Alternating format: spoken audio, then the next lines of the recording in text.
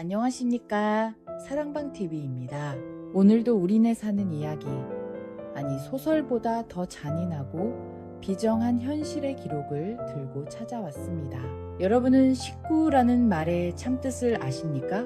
한 집에 살며 끼니를 함께 나누는 입, 그래서 가장 가깝고 따뜻한 사이를 뜻하지요. 하지만 오늘 들려드릴 사연의 주인공, 42살 오민정 씨에게 남편의 입은 축복이 아니라 공포였습니다. 아내의 산후조리 음식부터 자식의 과자, 주머니까지 털어가는 그 지독한 식탐의 끝에는 어떤 지옥이 기다리고 있었을까요?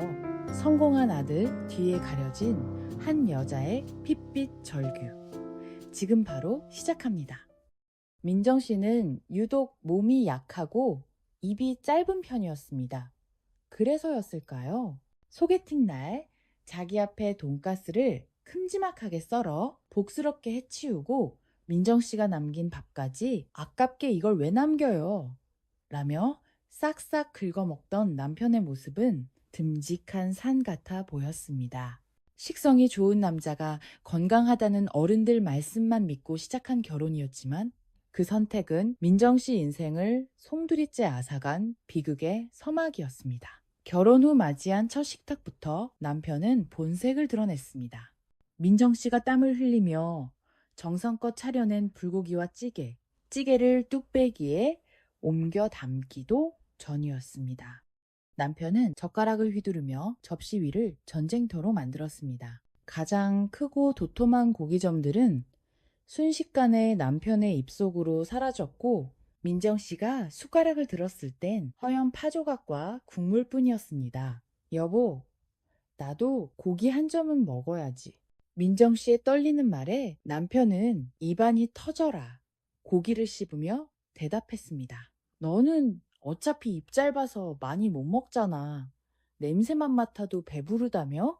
이게 다 생존 기술이야, 생존 기술.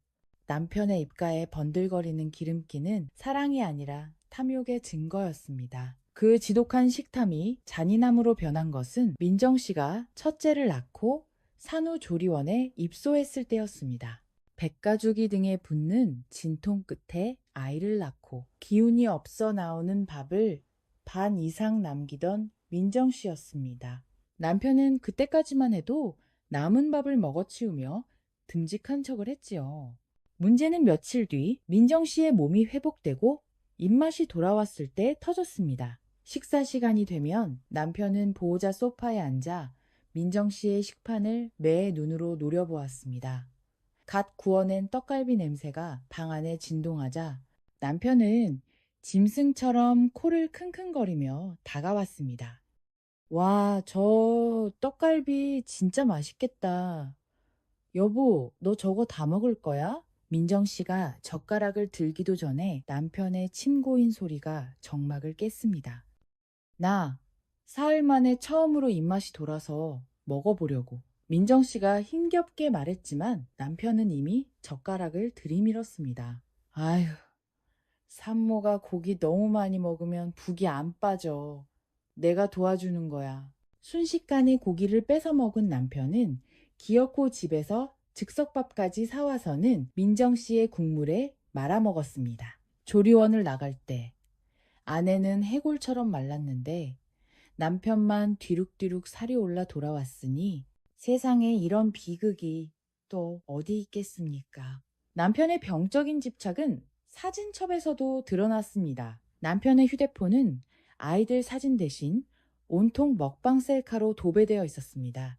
입 주변에 초고추장을 덕지덕지 묻히고 입안 가득 회를 밀어넣은 흉측한 사진을 민정 씨에게 보냈습니다. 나 오늘 회 먹는 중이라며 자랑을 늘어놓을 때 민정 씨는 집에서 두 아이를 돌보느라 물 한 모금 제대로 마시지 못한 상태였습니다. 남편은 맛집을 꿰고 있었지만 단 한 번도 아내와 아이들을 데려간 적이 없었습니다. 오로지 자신의 배가 부른 것만이 우주의 진리였던 것이지요. 더 가슴 아픈 것은 아이들에게까지 전이 된 남편의 식탐이었습니다. 아빠는 아이들이 라면을 먹고 있으면 아빠 한 입만이라며 숟가락을 들이밀어 절반 이상을 가로챘습니다. 아이들이 자라면서 아빠의 성향을 파악하자 식탁은 화목한 대화가 아닌 생존 경쟁의 현장이 되었습니다. 아빠한테 뺏기면 끝이야. 빨리 먹어. 아이들은 아빠를 경계하며 음식을 우겨 넣었고, 남편은 그런 아이들을 보며 이게 다 세상을 사는 법이다 라며 낄낄거렸습니다. 인정과 절제를 배워야 할 식탁에서 아이들은 불신과 탐욕을 먼저 배웠습니다. 그러던 어느 날 남편의 건강에 빨간불이 켜졌습니다. 당뇨 고위험군 진단을 받은 것입니다. 의사는 지금 관리하지 않으면 평생 고생한다며 엄포를 놓았습니다. 겁에 질린 남편은 생전 처음 다이어트를 선언했고, 민정 씨는 그런 남편을 위해 지극정성으로 식단을 챙겼습니다. 하지만 그 인내심은 딱 2주 만에 친척 어르신의 장례식장에서 무너졌습니다. 빈소에 가득한 육개장 냄새를 맡자마자 남편은 고삐 풀린 망아지처럼 변했습니다. 여보, 딱 한 그릇만 먹을게. 라던 남편은 어느새 서너 그릇을 비웠고 눈치도 없이 반찬을 몇 번이나 리필해 먹었습니다. 심지어 나오면서 제 가방에 장례식장 떡까지 야무지게 챙겨 나오는 그 뒷모습을 보며 민정 씨는 이 남자가 인간인지 짐승인지 분간할 수 없는 깊은 혐오를 느꼈습니다. 집에 돌아온 남편은 금단 현상에 시달리는 마약 사범처럼 온 집안을 뒤졌습니다. 급기야 자고 있는 아이들의 학교 가방까지 뒤져 아이들이 아껴둔 과자 봉지를 찾아냈습니다. 부스럭거리는 소리에 깬 민정 씨가 당신 미쳤어? 애들 과자까지 뺏어 먹어? 라고 소리치자 남편은 오히려 적반하장으로 짜증을 냈습니다. 식단 조절 중인데 과자를 왜 사나? 사람을 왜 자극해? 남편의 뻔뻔한 대답에 민정 씨의 가슴은 무너져 내렸습니다. 민정 씨는 이제 아이들에게 천천히 씹어 먹어라는 다정한 말 대신 아빠, 오기 전에 빨리 먹어 치워라는 서글픈 말을 건네는 것이 일상이 되었습니다. 한 집안의 가장이 아니라 식량 탈취범으로 전락한 남편. 그리고 그 뒤에서 며느리를 착취할 기회만 노리는 시어머니. 민정 씨의 비극은 이 식탐 가득한 식탁에서 싹트고 있었습니다. 여러분, 가족끼리 나누는 밥 한 끼가 공포가 되고 전쟁이 된 이 집구석에 과연 어떤 희망이 남아 있을까요? 하지만 이것은 시작에 불과했습니다. 충남의 한 작은 소도시에서 자란 민정 씨에게 학창 시절은 지옥 그 자체였습니다. 동창생들이 중학교, 고등학교까지 그대로 이어지는 좁은 동네에서 민정 씨는 무려 10여 년 동안이나 집단 따돌림과 폭행에 시달려야 했습니다. 성인이 되어 고향을 떠났지만 그녀는 여전히 부모님이 계신 그 도시에 발을 들이는 것조차 두려워합니다.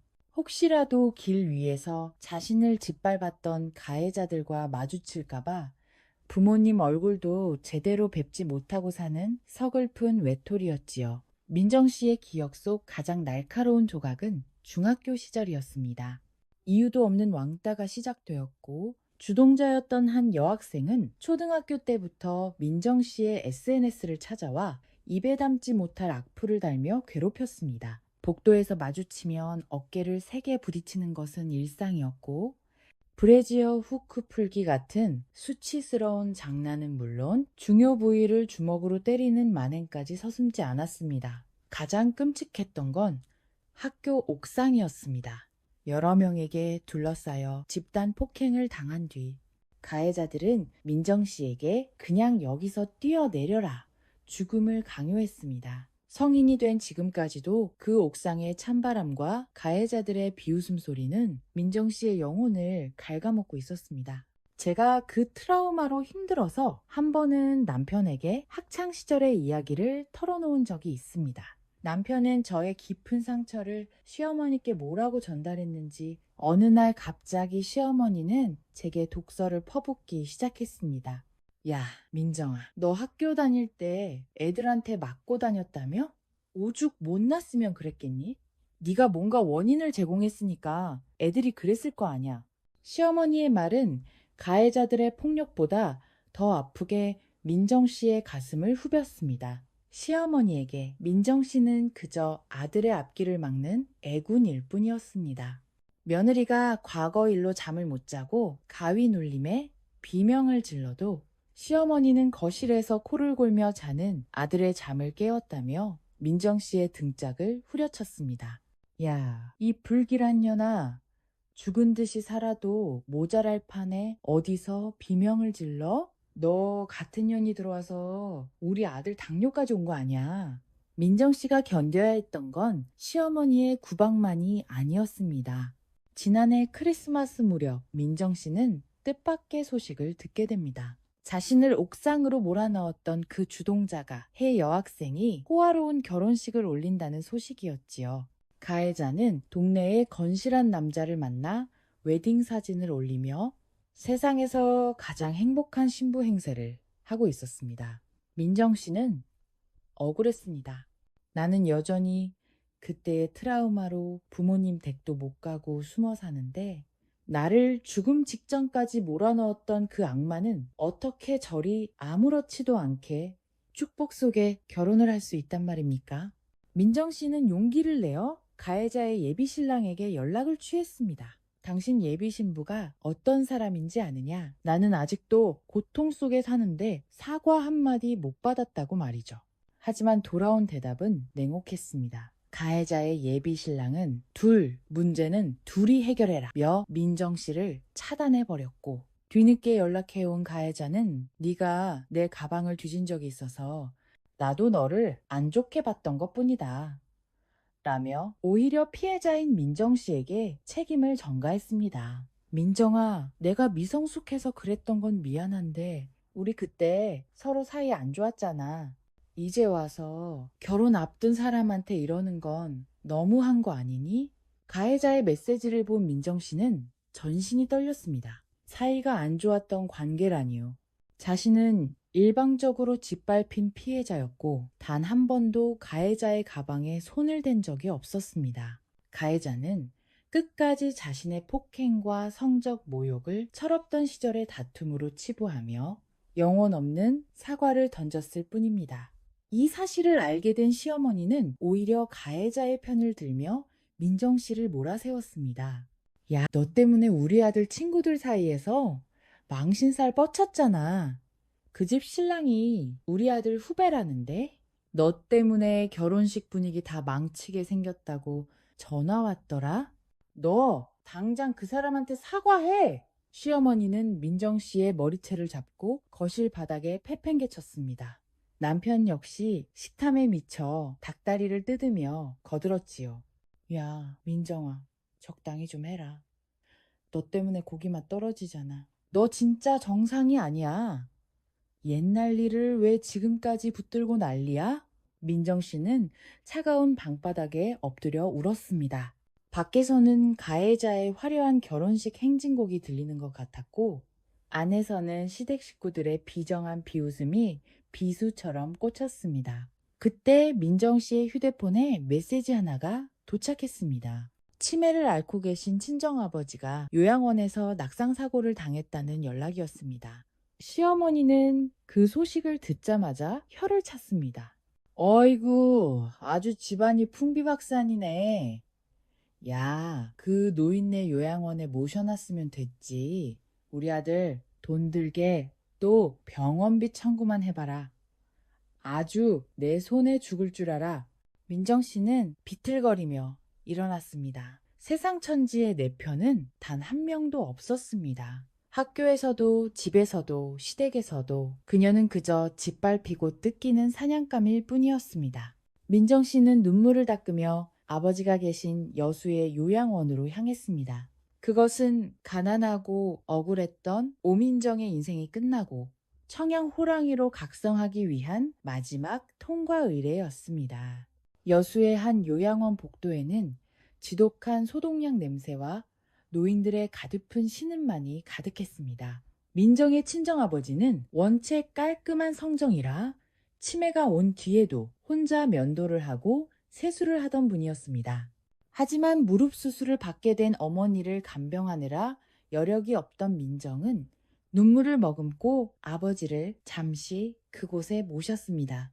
그것이 평생의 한이 될 줄은 꿈에도 모른 채 말입니다. 입소 후 2달, 아버지는 2번의 낙상 사고를 당했고 급기야 폐렴으로 응급실에 실려왔습니다. 허겁지겁 병원으로 달려간 민정은 환복을 위해 아버지의 상의를 벗긴 간호사의 비명 섞인 부름에 심장이 찼는 것 같았습니다. 이거 문제가 있는 것 같아요. 간호사의 손가락이 가리킨 곳에는 차마 눈 뜨고 볼 수 없는 시퍼런 피멍이 아버지의 온몸을 덮고 있었습니다. 아버지는 고열로 의식이 혼미한 와중에도 민정의 손을 꼭 잡으며 공포에 질린 눈으로 벽을 가리켰습니다. 민정아, 저 사람들이 나를 때려. 무서워. 그 절규를 뒤로하고 남편에게 도움을 청했을 때 남편은 장례식장의 육개장 냄새를 맡은 짐승처럼 비릿하게 웃었습니다. 노인네들 치매 걸리면 원래 헛소리 잘해. 야, 나 배고픈데 컵라면이나 좀 사와라. 아버지는 결국 응급실에 온 지 단 하루 만에 거두셨습니다. 쌓이는 폐렴이었으나 민정은 알고 있었습니다. 아버지를 죽인 것은 병마가 아니라 인간의 탈을 쓴 괴물들의 폭력이었다는 것을요. 장례식장에서조차 남편은 고인의 명복보다 상주들의 육개장 맛을 품평하며 떡을 챙기기에 바빴습니다. 그 추악한 식탐 앞에서 민정은 비로소 깨달았습니다. 이곳은 집이 아니라 도살장이었다는 사실을 말입니다. 장례를 마친 민정이 요양원에서 확보한 CCTV 영상은 지옥 그 자체였습니다. 아버지는 기저귀가 벗겨진 채 차가운 바닥에 알몸으로 7분간 방치되어 계셨습니다. 요양보호사는 오물을 닦던 막대걸레로 아버지가 누울 침대를 닦았고 춥다며 침대로 올라가려는 아버지의 머리를 서랍장에 부딪히게 하며 거칠게 밀쳐냈습니다. 심지어 요양보호사는 신발 신은 발로 아버지의 배를 짓누르고 도망가는 아버지의 머리를 붙잡고 흔드는 기괴한 폭행을 반복했습니다. 영상 속에는 또 다른 피해자도 있었습니다. 50대 장애인 입소자가 변기에서 일어나려 하자 요양보호사는 그의 무릎 위에 올라타 3분간 짓누르며 고통을 주었습니다.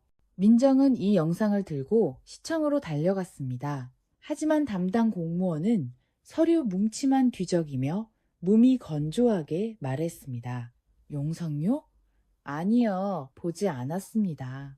판결문에 텍스트로 자세히 묘사되어 있어서 그걸로 충분합니다. 요양원 측은 한술 더 떴습니다. 얼굴을 때린 것은 정신 차리라고 포닥거리듯이 가볍게 두드린 것이며 바닥방치는 노인들이 바닥을 좋아해서라는 비열한 변명을 늘어놓았습니다. 집으로 돌아온 민정을 기다린 것은 시어머니의 서슬퍼런 꾸중이었습니다. 야, 요양원 원장이 내 먼 친척인 거 몰라? 죽은 노인네가 살아 돌아오냐? 적당히 합의금 받고 끝내. 남편은 옆에서 아이들의 과자 봉지를 뜯으며 거들었습니다. 야, 민정아. 그 돈으로 우리 아파트 평수나 넓히자. 그게 장인어른도 바라는 효도야. 민정은 차가운 거실 바닥에 엎드려 결심했습니다. 학교 폭력의 상처를 조롱하고 아버지의 죽음까지 돈으로 환산하려는 이 악마들의 소굴을 탈출하겠노라고. 그녀는 피 묻은 아버지의 품만을 챙겨 강남의 화려한 빌딩 숲 10억 펜트하우스로 향했습니다. 민정은 피 묻은 아버지의 유품 가방 하나만을 든 채 차가운 겨울비가 쏟아지는 거리로 내몰렸습니다. 전 재산은 이미 시댁 식구들의 소나기에 들어갔고 남편은 이혼 서류를 내밀며 빈손으로 들어왔으니 빈손으로 나가라며 문을 걸어 잠갔습니다. 갈 곳 없는 그녀가 마지막으로 찾아간 곳은 강남 한복판. 하늘과 맞닿은 70억짜리 최고급 펜트하우스의 입주 청소직이었습니다. 그곳은 화려함의 극치였으나 민정에게는 그저 거대한 무덤처럼 보였습니다. 수천만 원짜리 샹들리에가 내뿜는 빛은 민정의 초라한 행색을 비웃는 것 같았고 발바닥에 닿는 대리석의 냉기는 요양원 바닥에서 떨다 돌아가신 아버지의 체온을 떠올리게 했습니다. 그런데 그 넓고 적막한 집 거실 한 구석, 늘 낡은 군복 상의를 걸치고 막걸리 냄새를 풍기며 잠만 자는 노인 강태욱이 있었습니다. 태욱의 자식들은 아버지를 회장님이라 부르지 않았습니다. 그들의 눈에 비친 아버지는 그저 빨리 죽어주어야 할 거대한 유산 주머니이자 손님들이 올 때면 구석방에 처박아 두어야 할 부끄러운 곰팡이 같은 존재였습니다. 태욱의 큰아들은 펜트하우스의 거실에 고가의 외제 가구들을 들여놓으며 구석에 웅크리고 앉아있는 아버지를 벌레 보듯 훑어보곤 했습니다. 아버지, 제발 그 낡은 군복 좀 버리시라니까요. 오늘 저녁에 중요한 비즈니스 파트너들이 오기로 했어요. 그 냄새나는 몸으로 거실에 나오지 마시고 화장실 청소나 좀 해두세요. 어차피 하는 일도 없으시잖아요. 아들은 아버지가 세운 그룹의 지분을 모두 가로챈 뒤 아버지를 자신의 집에서 일하는 돈 안 드는 머슴 취급했습니다. 막내딸은 한술 더 떴습니다. 친구들을 초대해 와인 파티를 벌이는 날이면 태욱이 거실로 물을 마시러 나오는 것조차 죄악으로 몰아세웠습니다. 아, 진짜 짜증나. 아빠, 내가 손님들 온다고 했잖아. 그 꾀죄죄한 몰골로 내 친구들 앞에 나타나면 내 체면이 뭐가 돼? 방에 들어가서 문 잠그고 있어. 내일 아침까지 나오지 마. 태욱이 갈증에 목이 말라 비틀거리며 부엌으로 향할 때면 그녀는 아버지를 밀치며 차가운 생수병을 바닥에 던져버렸습니다. 태욱의 손자가 할아버지의 주머니를 뒤져 10,000원짜리 한 장을 빼앗아가며 할아버지는 돈 쓸 일 없잖아 라고 비웃어도 자식들은 그저 우리 애가 경제관념이 확실하다며 낄낄거렸습니다. 더욱 기가 막힌 것은 펜트하우스를 관리하는 사람들의 태도였습니다. 주인의 자식들이 아버지를 개만도 못하게 취급하니 고용된 가사 도우미나 관리인들도 태욱을 무시하기 시작했습니다. 그들은 태욱의 방에 쌓인 먼지를 닦지 않았고 상한 음식을 아버님 식사라며 식탁 끝에 밀어놓았습니다. 저 노인네 치매 기운이 있는 건지 맨날 술만 퍼마시고 언제 죽어도 이상할 게 없지. 큰아들인 우리 회장님도 은근히 바라고 계실걸? 관리인들이 복도에서 나누는 비릿한 대화는 태욱의 가슴에 대못을 박았습니다. 사람들은 태욱이 술에 취해 아무것도 모른다고 생각했지만 그는 모든 모멸감을 맨정신으로 삼켜내고 있었습니다. 그는 자식들이 자신의 명의를 도용해 요양원 사업을 벌이고 그곳에서 힘없는 노인들을 포닥거리듯이 폭행하며 돈을 벌고 있다는 사실까지 전부 알고 있었습니다. 태욱은 스스로 박고랑 주정뱅이가 되기를 선택했습니다. 눈을 감고 귀를 닫아야만 자신이 낳은 자식들이 악마로 변해가는 꼴을 견딜 수 있었기 때문입니다. 그는 짜리 대리석 바닥에 엎드려 막걸리를 들이켜며 자신이 일궈낸 제국이 무너지는 소리를 들었습니다. 그에게 펜트하우스는 집이 아니라 자식들이 쳐놓은 거대한 거미줄이었습니다. 하지만 민정은 그 노인에게서 홀로 외롭게 죽어간 아버지의 모습을 보았습니다. 아무도 돌보지 않아 헝클어진 머리카락, 때 묻은 손톱, 그리고 깊은 잠 속에서도 무엇이 그리 서러운지 움찔거리는 가느다란 어깨. 민정은 차마 그를 지나칠 수 없었습니다. 민정은 매일 아침 자신의 점심 도시락에서 떼어낸 쌀로 정성껏 누룽지를 끓였습니다. 펜트하우스의 최첨단 주방 기구들 사이에서 그녀는 낡은 냄비 하나를 찾아내 보글보글 물을 올렸습니다. 구수한 누룽지 향이 집안 가득 퍼지면 그것은 화려하기만 했던 70억짜리 공간에 처음으로 사람 사는 냄새를 입히는 의식이 되었습니다. 민정은 따뜻한 김이 모락모락 나는 누룽지 한 사발을 노인의 머리맡에 놓으며 나직이 읊조렸습니다. 어르신, 사람이 밥심이 있어야 살지요.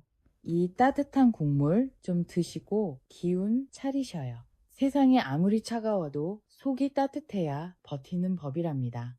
죽은 듯 누워있던 태욱이 천천히 눈을 떴습니다. 그의 눈빛은 주정뱅이의 그것이라고는 믿기지 않을 만큼 깊고 날카로웠습니다. 태욱은 민정이 건넨 누룽지를 묵묵히 받아먹었습니다. 한 숟갈, 두 숟갈, 거칠게 마른 목구멍으로 넘어가는 따뜻한 온기에 노인의 눈가에 파르르 경련이 일었습니다.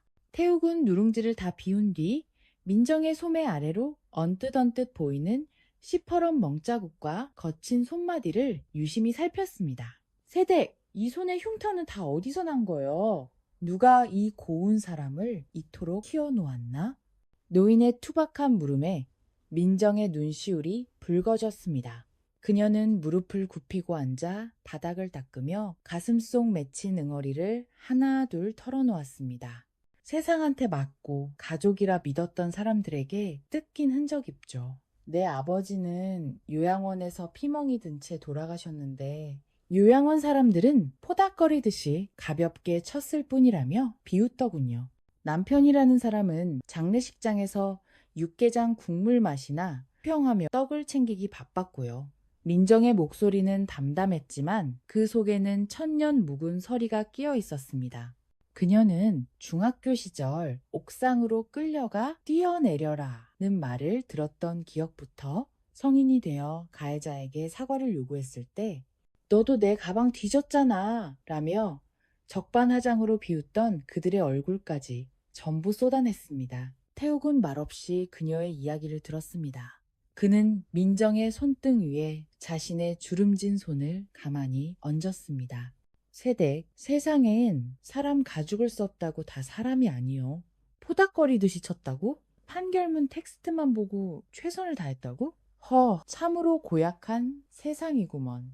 노인은 창밖의 화려한 강남 야경을 응시하며 말을 이었습니다. 나도 말이여, 이 자리에 오기까지 수많은 늑대들을 만났지. 돈이 생기니 자식들도 나를 부모가 아니라 금고로 보더구먼. 그래서 나도 죽은 척, 미친 척하고 이 박고랑 같은 구석에 숨어든 것이여. 그런데 이 늙은이에게 누룽지를 끓여주는 사람은 세댁밖에 없더군. 그날 이후 두 사람 사이에는 기묘한 유대감이 싹 겹습니다. 민정은 태욱의 머리를 정성껏 빗겨주고 낡은 군복 대신 깨끗한 옷을 입혀주었습니다. 태욱은 민정에게 청양호랑이가 되는 법을 가르쳤습니다. 세대, 눈에 도끼를 품어. 네가 울면 저들은 웃어. 네가 강해져야 저들이 무릎을 꿇는 거요. 돈으로 짓밟힌 자존심은 돈으로 되찾아주는 게 이 바닥 논리요. 태욱은 민정에게 과거 학폭 가해자들의 근황을 SNS로 찾아내는 법, 그리고 요양원 측의 거짓 주장을 뒤엎을 증거를 수집하는 법을 조용히 일러주었습니다. 민정은 노인의 조언에 따라 차근차근 복수의 칼날을 갈았습니다. 자신을 호구로 보던 남편과 시댁, 그리고 아버지를 죽음으로 몰아넣은 요양원 일당들. 민정은 누룽지를 끓여 대접하며 매일 밤 다짐했습니다. 아버지, 조금만 기다리셔요. 저들이 포닥거렸다고 말한 그 손에 제가 세상에서 가장 무거운 법의 심판을 쥐어줄 테니까요. 태욱은 그런 민정을 보며 흐뭇하게 웃었습니다. 그는 더 이상 주정뱅이 노인이 아니었습니다. 그의 눈에는 세상을 호령하던 재개 거물의 서늘한 지혜가 다시금 살아나고 있었습니다. 70억 펜트하우스의 차가운 대리석 위로 두 사람의 뜨거운 복수 시나리오가 한 줄 한 줄 써 내려가지고 있었습니다. 세댁, 이제 준비는 끝났어. 이제 그 식탐 남편과 비정한 시댁의 목덜미를 물어뜯으러 가야지. 내가 그 판을 깔아줄 테니 넌 마음껏 호랑이가 되어보렴. 민정은 노인의 손을 꽉 잡았습니다. 지옥 끝에서 만난 이 기묘한 인연은 이제 며느리를 착취하던 시댁 식구들에게 가장 처참한 파멸을 선물할 준비를 마쳤습니다. 청양호랑이, 오민정의 불방망이, 복수가 이제 막 꿰이칠 올리고 있었습니다. 야, 오민정! 너 미쳤어? 죽으라고 할 때 곱게 죽지. 어디서 감히 내 결혼을 망치려 들어? 강남 한복판 70억짜리 펜트하우스의 정적을 깨고 날카로운 비명이 터져나왔습니다. 민정의 중학교 시절 옥상으로 그녀를 불러내어 투신을 강요했던 주동자 은영이었습니다. 그녀는 순백의 신부라고는 믿기지 않는 서린 표정으로 민정의 뺨을 향해 손을 휘둘렀습니다. 그 뒤에는 식탐에 눈이 멀어 아내의 산후조리 음식까지 뺏어 먹던 남편과 사돈의 죽음을 포닥거리듯이 친 것뿐이라며 비웃던 시어머니가 기세등등하게 서 있었습니다. 남편은 민정이 소중하게 품고 있던 친정아버지의 유품시계를 빼서 바닥에 던졌습니다. 야, 민정아, 너 정말 정신병자니? 은영씨 시댁이 우리 엄마랑 얼마나 깊은 사이인데 감히 거길 들쑤셔. 너 때문에 내 사업 자금 다 끊기게 생겼잖아. 시어머니 역시 소금을 뿌리며 거들었습니다. 어이구, 이 불길한 년. 죽은 노인네 피멍 좀 든 게 대수라고 난리여. 너 당장 무릎 꿇고 사과해. 안 그러면 여기서 네 재산 날인 줄 알아. 민정은 차가운 대리석 바닥에 주저앉아 으스러진 아버지의 시계를 보며 눈물을 삼켰습니다. 가해자들은 10여 년의 폭력을 그저 사이가 안 좋았던 것뿐이라며 피해자에게 책임을 전가하고 있었고, 시댁은 아버지가 차가운 바닥에서 4시간 동안 벌벌 떨다 돌아가신 진실을 돈으로 덮으려 혈안이 되어 있었습니다. 그때였습니다. 거실 구석, 늘 술에 취해 널브러져 있어 사람들에게 박고랑 주정뱅이라 멸시받던 노인 강태욱이 천천히 몸을 일으켰습니다. 거 조용히 좀 합시다. 남의 귀한 집에서 웬 잡기들이 이리 설쳐대나? 그의 목소리는 낮았지만 펜트하우스 전체를 진동시킬 만큼 묵직했습니다. 시어머니는 콧방귀를 뀌었습니다. 뭐? 이 노인네가 진짜 노망이 났나?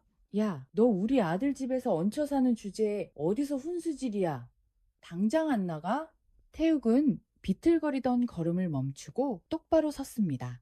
순간 그의 흐릿했던 눈동자가 형령하게 빛나며 수만 명의 직원을 호령하던 제게 거물의 서슬퍼런 위압감을 뿜어냈습니다. 그는 주머니에서 리모컨을 꺼내 버튼 하나를 눌렀습니다. 거실 벽면을 가득 채운 대형 스크린에 영상이 흐르기 시작했습니다. 요양원에서 아버지가 알몸으로 방치된 채 보호사에게 머리를 짓눌리던 장면, 그리고 은영이 어린 시절 민정의 가슴 후크를 풀며 성적 모욕을 주던 과거의 기록들이었습니다. 이게 뭐야? 이거 당장 꺼. 은영의 얼굴이 하얗게 질렸습니다. 태욱은 차가운 미소를 지으며 입을 열었습니다. 꺼야 할 건 영상이 아니라 니들 인생 같구먼. 내가 누군지 궁금해? 이 집 내 아들이 산 거 아니야. 내 재단 소유지. 그리고 네 아들이 운영한다는 그 회사.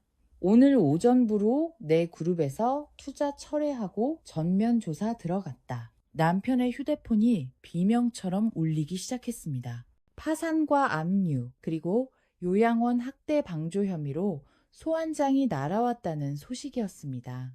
은영 역시 예비 시어머니로부터 결혼 파토 통보를 받았습니다. 민정의 폭로를 가짜라 믿었던 예비 시어머니가 태욱이 보낸 원본 영상을 확인한 것이지요.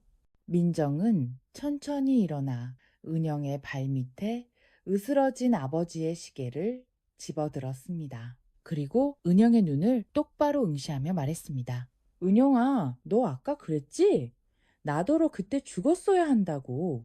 근데 어쩌니 나 안 죽고 살아서 네가 가장 화려한 널 지옥으로 보낼 저승사자가 되어 돌아왔는데. 민정은 시어머니와 남편 앞에 두툼한 서류 뭉치를 던졌습니다.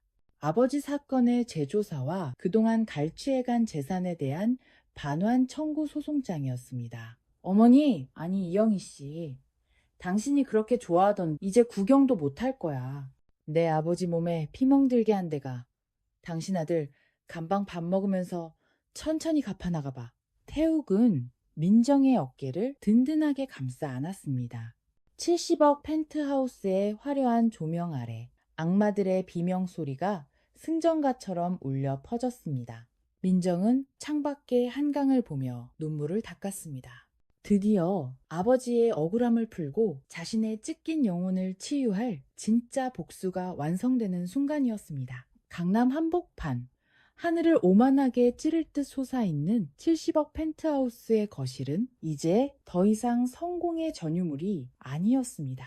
그곳은 죄인들을 몰아넣고 그들의 추악한 영혼을 낱낱이 해부하는 거대한 심판대와 같았습니다. 민정을 정신병자로 몰아세우며 뺨을 때리려던 가해자 은영과 아내의 상처를 돈으로 환산해 사업자금으로 쓰려던 남편, 그리고 죽은 노인네가 대수냐며 뵀던 시어머니까지.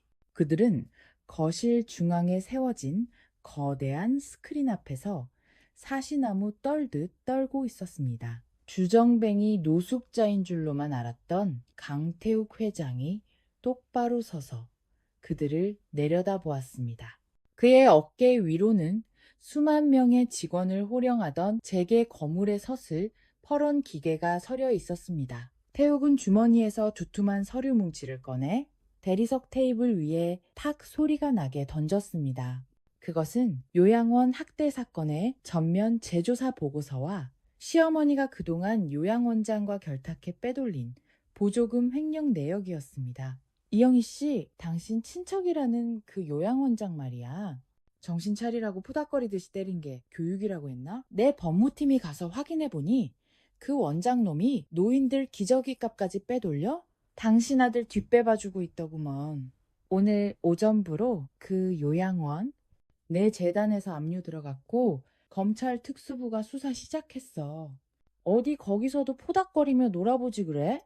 태욱의 서늘한 시어머니는 바닥에 주저앉았습니다. 그녀가 그토록 금이야 오기야 아끼던 아들의 사업자금 줄이 자신이 며느리 몰래 빼돌리던 추악한 돈줄이었다는 사실이 만천하에 드러난 순간이었습니다. 남편은 공포에 질려 민정의 바지가랑이를 붙잡았습니다.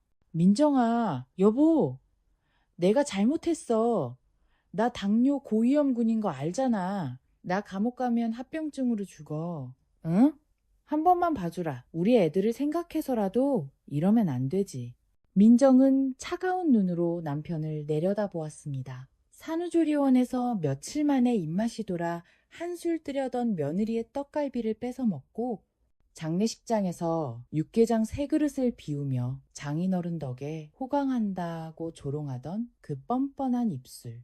아이들의 가방까지 뒤져 과자를 찾아내며 식단 조절 중인데 왜 과자를 사놨냐 고 적반하장으로 소리치던 그 짐승 같은 모습이 스쳐 지나갔습니다.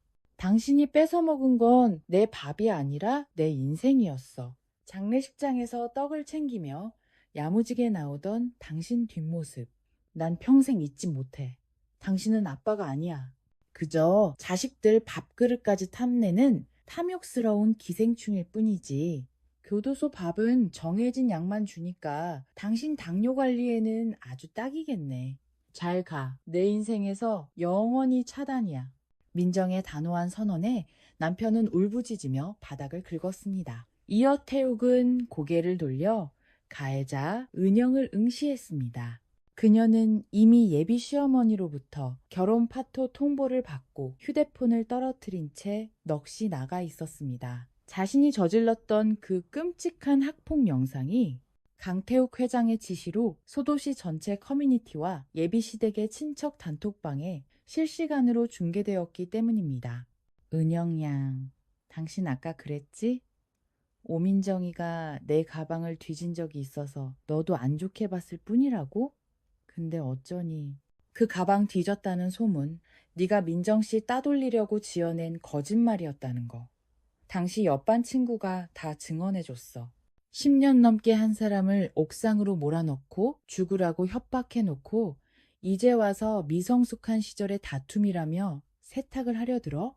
태욱의 신호와 함께 거실 스크린에는 은영이 학창시절 중요 부위를 주먹으로 때리고 선배들을 불러내 민정의 휴대폰을 박살냈던 증거 사진들이 차례로 떠올랐습니다. 은영은 소리를 지르며 스크린을 가리려 했지만 이미 엎질러진 물이었습니다. 그녀가 입으려 했던 순백의 웨딩드레스는 이제 시커먼 낙인이 되어 그녀의 평생을 따라다닐 것이었습니다.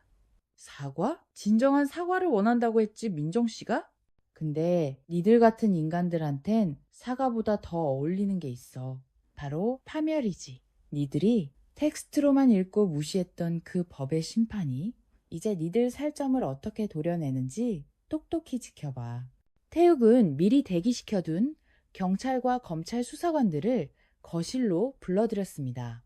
요양원 학대 방조 혐의로 시어머니와 요양원장이, 공금 횡령과 사기 혐의로 남편이, 그리고 과거 특수폭행 및 명예훼손 혐의가 재점화된 은영이 차례로 수갑을 찼습니다. 영상을 보지도 않고 판결문 텍스트만 읽었다며 방관했던 시청 공무원 역시 태욱의 강력한 항의와 언론 보도로 인해 직무 유기 조사가 시작되었다는 뉴스가 TV 화면을 채웠습니다. 민정은 천천히 일어나 은영의 발밑에 으스러진 아버지의 시계를 집어들었습니다. 먼지를 털어내고 가슴에 꼭 품은 그녀의 눈에선 뜨거운 눈물이 흘러내렸습니다. 하지만 그것은 예전의 비참한 눈물이 아니었습니다. 지옥 같은 20년의 세월을 견뎌낸 청양 호랑이의 승전보와 같은 눈물이었습니다. 아버지, 보이세요? 아버지를 차가운 바닥에 버려두고 포닥거렸다 비웃던 사람들. 이제 그 대가를 치르러 가요. 법은 피보다 진하다는 걸 아버지가 돌아가시고 나서야 제가 증명해드렸네요. 민정은 고개를 들어 태욱을 보았습니다. 태욱은 말없이 민정의 어깨를 토닥여 주었습니다. 70억 펜트하우스의 화려한 샹들리에는 악마들의 비명소리를 비추는 심판의 등불이 되어 빛나고 있었습니다. 그토록 아내를 멸시하고 장인의 죽음을 조롱하던 남편은 연신 여보 살려줘를 외치며 끌려갔지만 민정은 단 한 번도 뒤를 돌아보지 않았습니다. 진정한 복수는 상대를 죽이는 것이 아니라 상대가 그토록 사랑하던 것을 가장 비참한 방식으로 뺏어버리는 것임을, 그리고 나 자신은 그들의 불행을 발판 삼아 눈부시게 행복해지는 것임을 민정은 깨달았습니다. 법과 진실, 그리고 한 노인의 진심이 어우러진 이 70억 펜트하우스에서의 심판은 그렇게 오민정 인생의 가장 위대한 승리로 기록되었습니다. 여러분, 폭풍이 지나간 자리에는 무엇이 남을까요? 누군가는 폐허를 보며 절망하지만 오늘의 주인공 오민정 씨는 그 폐허 위에서 비로소 진짜 자기 자신을 발견했습니다. 70억 펜트하우스에서 벌어진 그 서슬퍼런 심판의 날 이후 세상은 변한 것이 없어 보였지만 민정 씨의 눈에 비친 세상은 이전과 완전히 달랐습니다. 가족이라는 이름으로 자행되던 착취의 사슬을 끊어내고 나를 죽이려던 악마들의 목소리에서 해방된 순간, 그녀는 비로소 2살의 나이에 진짜 인생의 첫 발을 내딛게 됩니다. 돈보다 귀하고 핏줄보다 진한 진심의 가치를 찾아가는 민정 씨의 마지막 이야기를 시작합니다. 모든 폭풍이 휩쓸고 지나간 70억 펜트하우스의 거실은 기이할 정도로 고요했습니다. 악마들의 비명과 남편의 비굴한 울음소리가 메아리치던 대리석 바닥에는 이제 은은한 달빛만이 내려앉아 있었습니다. 민정은 바닥에 흩어진 서류 뭉치들을 정리하며 천천히 숨을 골랐습니다. 그녀의 손에는 으스러진 채 멈춰버린 아버지의 꽉 쥐어져 있었습니다. 비록 시냇바늘은 멈췄지만 민정의 시간은 이제야 비로소 정방향으로 흐르기 시작했습니다. 강태욱 회장은 수트 차림으로 소파에 앉아 민정을 가만히 응시했습니다. 그의 곁에는 그룹 법무팀이 정리한 거액의 배상금 청구서와 민정의 잃어버린 재산을 복구할 서류들이 놓여 있었습니다. 태욱은 두툼한 봉투 하나를 민정에게 내밀었습니다. 그 안에는 민정이 시댁에 뺏겼던 전 재산의 몇 배에 달하는 위로금과 평생을 일하지 않아도 좋을 만큼의 신탁 자산 증서가 들어 있었습니다. 민정씨, 아니 청양호랑이, 이건 내가 당신에게 주는 선물이 아니야. 당신이 내게 끓여준 그 따뜻한 누룽지 한 그릇에 대한 정당한 대가이자 당신이 스스로 지옥을 뚫고 나온 전리품이지. 이 화려한 감옥에서 나가서 당신만의 진짜 집을 지어봐. 민정은 태욱이 내민 봉투를 한참 동안 바라보았습니다. 그 돈이면 남들이 우러러보는 강남의 아파트를 살 수도, 평생을 고통스럽게 했던 가난의 그림자를 단번에 지울 수도 있었습니다. 하지만 민정은 조용히 고개를 저으며 봉투를 다시 태욱 쪽으로 밀어놓았습니다. 회장님, 이 마음만 감사히 받겠습니다. 저는 지난 세월 동안 돈이 사람을 얼마나 괴물로 만드는지 똑똑히 보았습니다. 억울함 풀어주시고 제게 스스로 일어설 용기를 주신 것만으로도 저는 이미 세상을 다 얻었습니다. 남의 힘으로 얻은 요새는 언제든 무너질 수 있다는 걸 알기에 이제는 제 손으로 읽어내는 땀방울의 가치를 믿고 싶습니다. 태욱은 허허 웃으며 무릎을 쳤습니다. 역시 내 안목이 틀리지 않았어. 그래, 진짜 호랑이는 남이 던져주는 고기를 기다리지 않는 법이지. 하지만 기억하게, 언제든 세상 풍파에 마음이 시릴 때 이 늙은이의 누룽지가 그리우면 주저 말고 찾아오게나. 민정은 펜트하우스를 떠나기 전 마지막으로 집안 곳곳을 청소했습니다. 입주 청소부로 처음 들어왔던 날의 비참함은 온데간데 없었습니다. 그녀의 걸레질이 지나간 자리마다 대리석은 거울처럼 투명하게 빛났습니다. 그녀는 아버지가 생전에 가장 좋아하시던 소박한 들꽃 한 송이를 사와 거실 한복판에 놓아두었습니다. 그것은 화려하기만 했던 70억 공간에 민정이 남긴 마지막 온기이자 비정한 시댁 식구들에게 보내는 작별의 인사였습니다. 민정은 펜트하우스 문을 열고 밖으로 나왔습니다. 강남의 빌딩 숲 위로 쏟아지는 아침 햇살이 눈부시게 빛나고 있었습니다. 그녀는 가장 먼저 충남의 고향 집으로 향했습니다. 가해자들의 눈이 무서워 마주칠까 두려워 10년 넘게 도망쳤던 그 길을 이제는 당당하게 고개를 들고 걸었습니다. 동네 사람들은 민정을 보며 수군거렸지만 그녀는 환하게 웃으며 인사했습니다. 가해자 은영은 이미 소도시 전체에 그 추악한 과거가 탈로나 이사를 가버렸고 그녀를 지옥으로 몰아넣었던 동조자들도 법의 심판을 기다리고 있었습니다. 민정은 아버지가 계신 납골당을 찾아가 으스러진 시계를 깨끗이 닦아 놓아드렸습니다. 아버지 보이세요? 아버지를 발로 밟고 포닥거렸다 사람들 이제 그 대가를 치르고 있어요. 저 이제 정말 행복해질게요.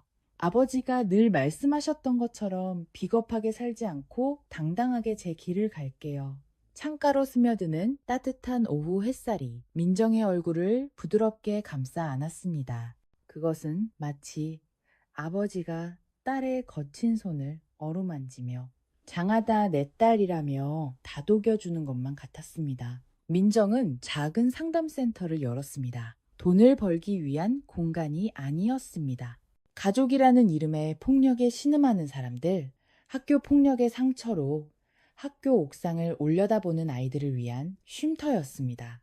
그녀는 이제 호구가 아닌 누군가의 아픈 영혼을 치유하는 청양호랑이 선생님이 되었습니다. 가끔 태욱 회장이 수수한 차림으로 들러 세대에 누룽지 한 그릇 안 주나? 라며 농을 던질 때면 두 사람은 세상에서 가장 화려한 식탁보다 더 맛있는 웃음을 나누곤 했습니다. 민정의 인생 2막은 그렇게 소박하지만 단단하게 시작되었습니다. 70억 펜트하우스의 주인은 아닐지라도 자신의 인생과 영혼만큼은 온전히 소유한 진짜 주인이 된 것이지요. 오늘 들려드린 민정 씨의 이야기, 가슴속 깊은 곳에서 뜨거운 무언가가 올라오지 않으셨습니까? 우리는 살아가며 수많은 관계라는 이름의 사슬에 묶여 삽니다. 때로는 그 사슬이 너무나 무겁고 고통스러워도 가족이니까, 천륜이니까 라는 말로 스스로를 다독이며 버텨내지요. 하지만 여러분, 민정 씨가 우리에게 보여준 가장 큰 교훈은 이것입니다. 나를 아껴주지 않고 오직 이용하려고만 하는 사람들에게 베푸는 선의는 호의가 아니라 스스로 호구가 되겠다고 선언하는 것과 다름없다는 사실입니다. 며느리가 차린 밥상을 약탈하고 사돈의 죽음 앞에서 떡을 챙기며 비웃던 그 비정한 시댁 식구들. 그들이 맞이한 처참한 몰락은 단순한 복수가 아닙니다. 우리가 잊고 살았던 인과응보의 정의가 살아있음을 증명한 것입니다. 또한 10억 펜트하우스에서 멸시받던 강태욱 회장이 민정 씨의 따뜻한 누룽지 한 그릇에 마음을 연 것은 결국 세상을 움직이는 가장 큰 힘은 차가운 숫자나 명예가 아니라 사람과 사람 사이의 따뜻한 진심이라는 것을 말해줍니다. 여러분의 인생은 오직 여러분의 것입니다. 누구도 여러분의 고통을 대신해주지 않고 누구도 여러분의 눈물을 기억해주지 않습니다. 오직 여러분만이 여러분 자신을 구할 수 있습니다. 만약 지금 누군가에게 인생을 저당 잡힌 채 숨죽여 울고 계신다면 오늘 민정 씨가 잡았던 그 복수의 칼날이 여러분 가슴 속 청양 호랑이를 깨우는 용기가 되었길 진심으로 바랍니다. 가족이라는 이름의 감옥에서 당당히 걸어 나오십시오. 자신의 존엄성을 지키는 용기야말로 우리가 이 땅에 태어나 스스로에게 줄 수 있는 가장 큰 선물입니다. 어둠 속에서도 절대 길을 잃지 마십시오. 당신이 스스로 빛을 내기 시작할 때 당신의 새벽은 반드시 찾아옵니다. 오늘 이 사연이 가슴 답답한 여러분의 일상에 가슴 뻥 뚫리는 시원한 사이다 한 잔, 그리고 새로운 시작을 위한 용기가 되었길 진심으로 바랍니다. 오늘 사연이 마음에 드셨다면 구독과 좋아요, 그리고 여러분의 생각을 댓글로 꼭 남겨주세요. 여러분의 응원 댓글 하나가 저에게는 세상 무엇보다 큰 힘이 됩니다. 오늘 하루도 잘 해내셨습니다. 편안한 하루 보내시고 다음 영상으로 다시 돌아오겠습니다. 감사합니다.